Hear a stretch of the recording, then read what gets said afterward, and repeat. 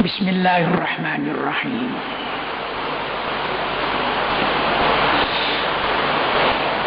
Ya ayyuhalladzina amanu, wahai orang-orang yang telah beriman, la tadkhulu buyutan nabi, janganlah kalian memasuki rumah-rumah Nabi sallallahu alaihi wasallam, illa kecuali ayyudzana lakum, kecuali bahwa diizinkan masuk untuk kalian.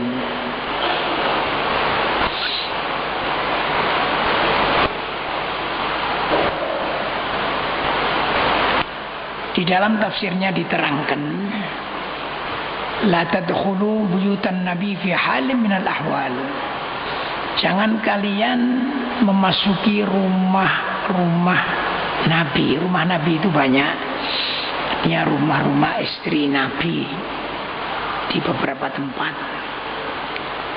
Fi halin minal ahwal, dalam keadaan bagaimanapun.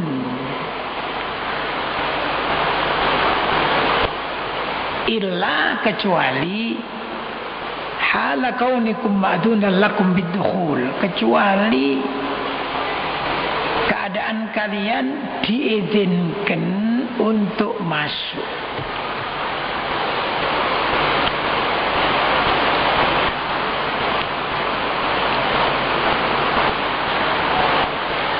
Illa ayyudzana lakum ila ta'amin, kecuali diizinkan untuk kalian masuk ila ta'amin, kepada makanan, artinya untuk makan. Ghairu nadhirina inahu, tanpa menanti masaknya makanan.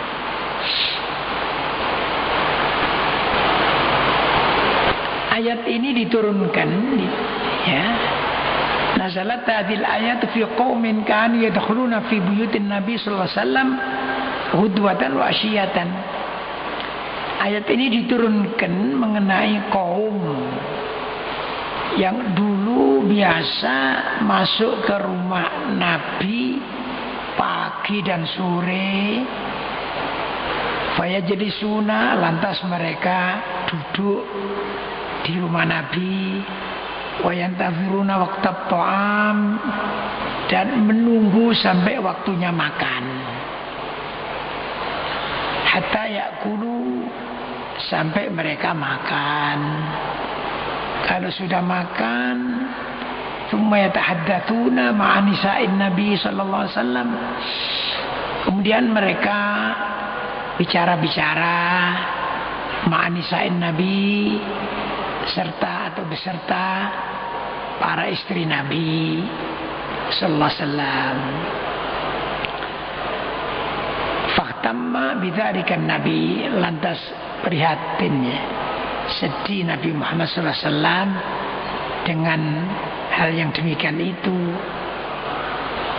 Wastahya ayya'murum bil khuruj, dan Nabi malu atau enggan untuk menyuruh mereka keluar. Wa yanhahum 'anid dukhul, dan enggan juga melarang mereka masuk.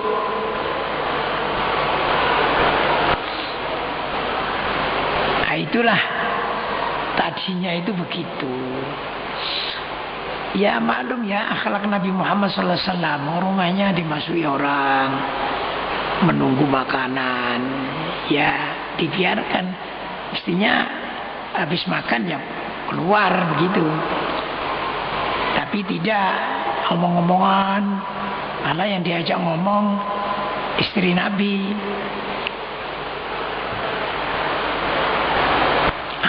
Karena itu Nabi sedih, Lalu turun ayat ini tadi. Wahai orang-orang yang beriman, jangan memasuki rumah Nabi kecuali kalau kalian diizinkan, ya dalam keadaan bagaimana saja. Kalau diizinkan, masuklah ke rumah Nabi untuk makan, tapi tidak usah menunggu. Artinya kalau pantasnya belum masuk, ya tidak masuk dulu. Tidak usah menunggu sampai matang. Kalau sudah dimakan, ya segera keluar gitu. Jadi ayat ini turun karena demikian itu.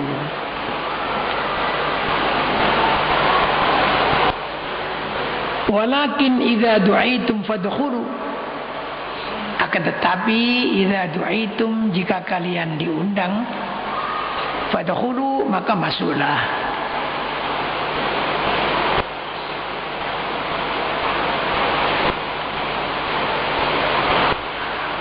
Kalau sudah diundang, ya silakan masuk. Fa idza ta'imtum, dan apabila kalian telah makan, fantashiru, maka bubarlah. Sudah selesai makan, ya keluar. Wala musta'nisina li haditsin, dan tidak berenak-enak, bernyaman-nyaman di dalam dengan pembicaraan, dengan bercakap-cakap. Inna dzalikum kana yu'dhin nabiyya, sesungguhnya masuk tanpa izin dan diam di rumah Nabi tadi untuk bicara-bicara, itu karena adalah yu'dhin nabiyya, menyakiti Nabi Muhammad.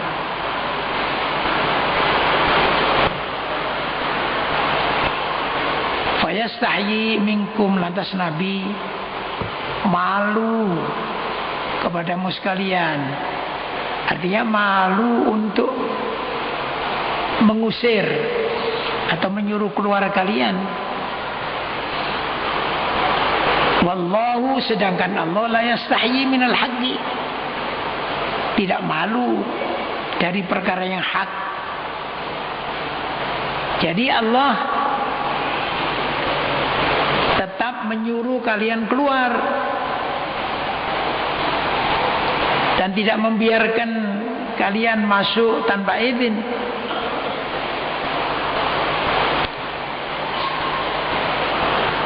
Itulah mulanya diturunkan ayat tadi. Wa idza sa'altumuhunna mata'an fas'aluhunna min wara'i hijab. Dan jika kalian minta kepada mereka, istri-istri Nabi, mata'an, sesuatu hajat, maksudnya dalam tafsirnya syai'an yuntafa'u bihi, sesuatu yang diambil manfaat. Lalu minta apa saja kepada istri Nabi, boleh-boleh saja. Tapi fas'aluhunna min wara'i hijab, mintalah kepada mereka min wara'i hijab, dari belakang tabir. Nah, ini mulai turunnya ayat istri Nabi dan istri dan orang-orang yang datang untuk minta itu harus ada di belakang tabir. Jadi mulai ayat hijab, ayat tabir diturunkan.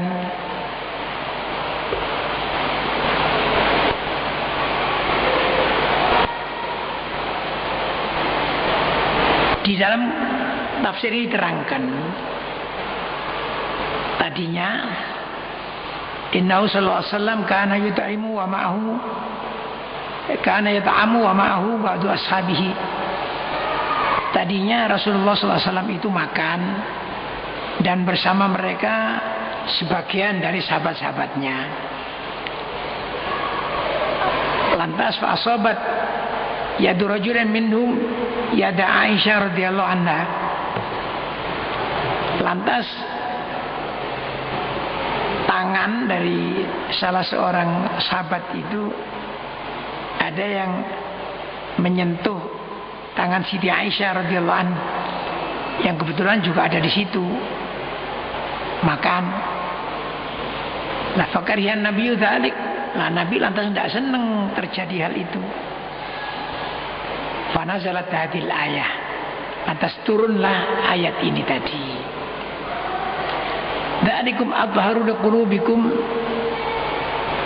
Hal itu athharu, lebih suci, liqulubikum, bagi hati kalian.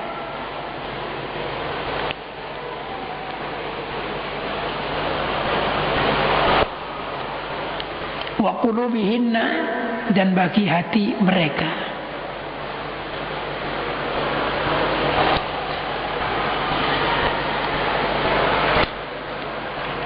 Wa ma kana lakum an tu'dhu Rasulullah wala an tankihu azwajahu min ba'dihi abadan. Selanjutnya diteruskan dengan ayat ini, wa makana lakum, dan tidak boleh bagi kalian antu'dzu Rasulullah, bahwa kalian menyakiti Rasulullah, menyakiti hati Rasulullah. Wala an tankihu azwajahu min ba'dihi abada, dan tidak boleh pula kalian menikahi istri-istri Nabi sesudah Nabi wafat.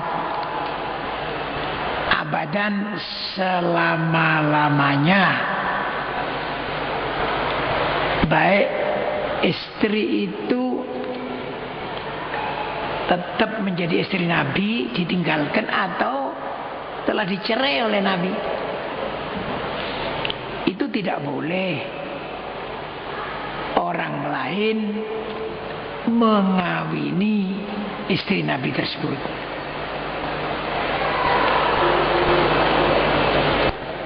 Baik istri tadi sudah pernah digauli oleh Nabi maupun belum pernah digauli oleh Nabi. Ini diterangkan dalam tafsirnya.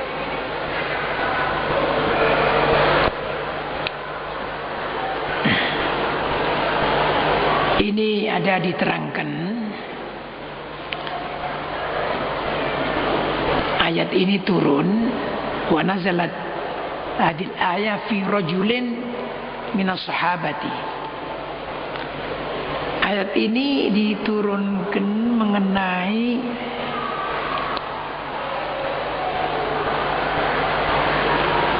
maafkan ya, saya lama sama lihat-lihat pakai ini ya, karena matanya sudah tidak begitu terang ini, maaf.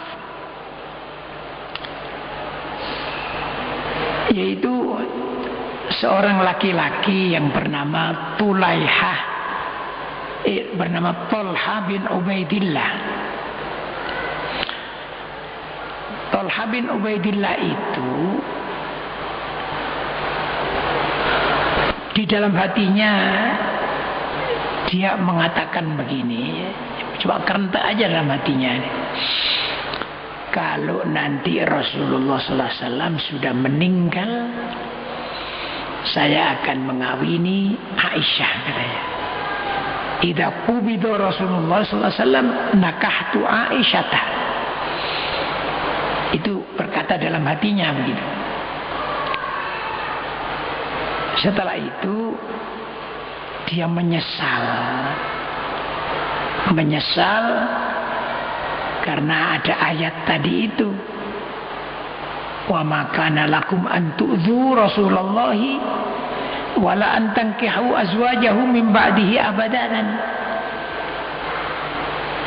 kamu tidak boleh menyakiti hati Rasulullah sallallahu alaihi wasallam dan tidak boleh menikahi istri-istrinya sepeninggal beliau abadan selama-lamanya. Begitu dia tadi berkata dalam hatinya, kalau Nabi wafat akan aku nikahi Siti Aisyah. Dia nadimah. Nadimah hadar rajul, menyesal laki-laki ini.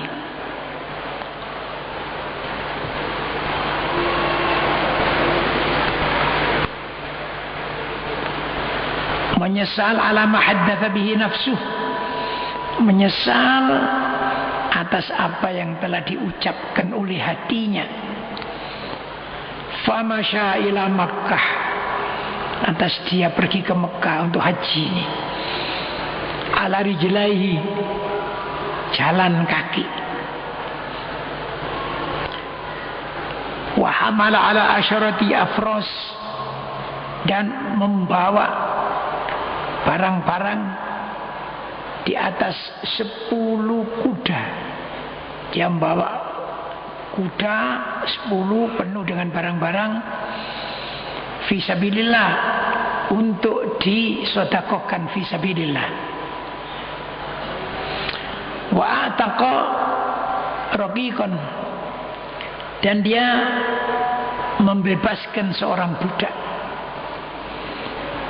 Ya, karena tobat kepada Allah, tobatnya dengan cara itu. Fakaffarallahu anhu, lantas Allah melebur daripada dosanya, melebur daripadanya dosanya.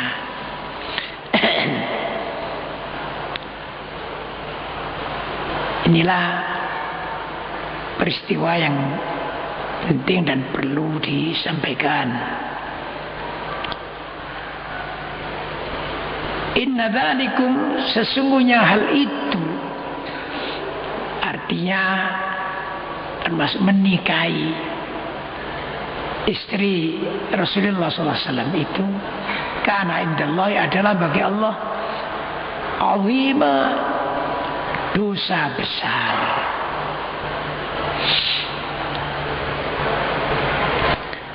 In tubdu syai'an aw tukhfuhu fa inna Allah kana bikulli syai'in alima. In tubdu, kalau kalian lahirkan, kalian tampakkan syai'an, sesuatu, au tukhfuhu, atau kalian sembunyikan sesuatu di hati, fa innallaha kana bikulli syai'in alima, maka sesungguhnya Allah Ta'ala itu kana bikulli syai'in, adalah terhadap segala sesuatu, alima, maha pirsa, maha mengetahui.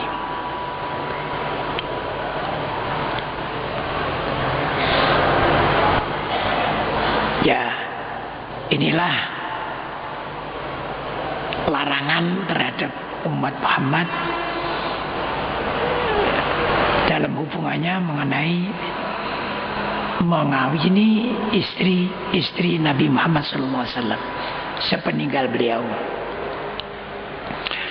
Lanjutnya, la junaha alaihinna, tidak ada dosa, tidak ada larangan alaihinna, atas para istri Nabi itu, fi abaihinna, di dalam ayah-ayah mereka, wala abnaihinna, dan tidak pula ada larangan pada putra-putra mereka, wala ikhwanihinna, tidak pula saudara-saudara mereka, wala abnai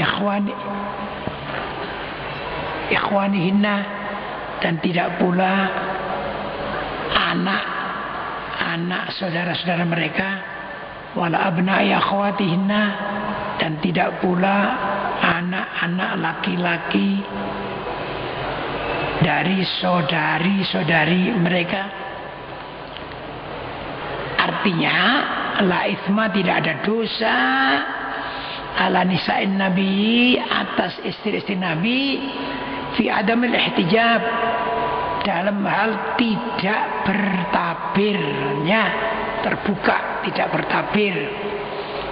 Ya, itu tidak apa-apa mengenai dengan yang telah disebut tadi itu, yaitu mengenai saudara-saudara mahram mereka. Artinya yang haram mereka kawin, tidak apa-apa. Ini adalah melanjutkan mengenai apa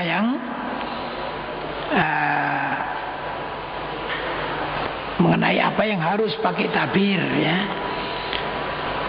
Yang mengenai saudara-saudaranya tadi tidak pakai tabir, tidak apa-apa.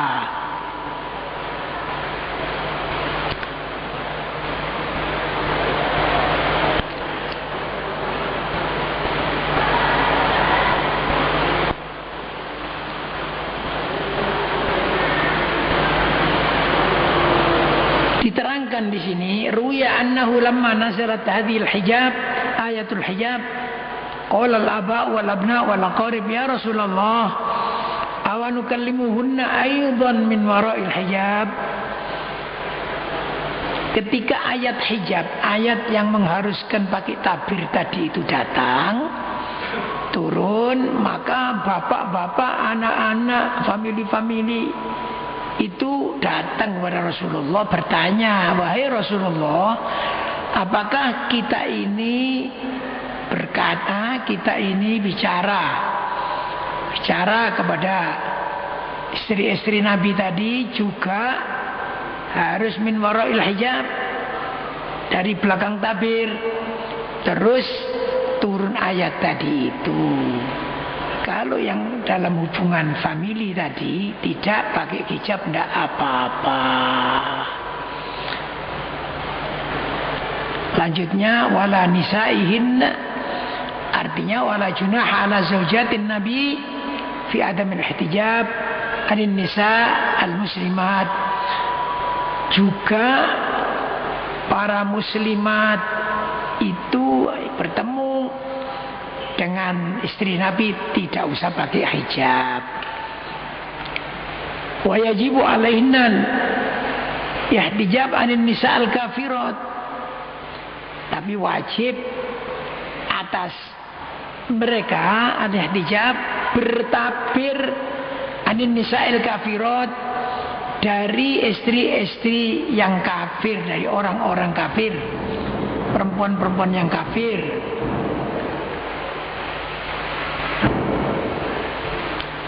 Wala ma malakat aimanuhunna, dan tidak pula harus pakai tabir bertemu dengan budak-budak mereka.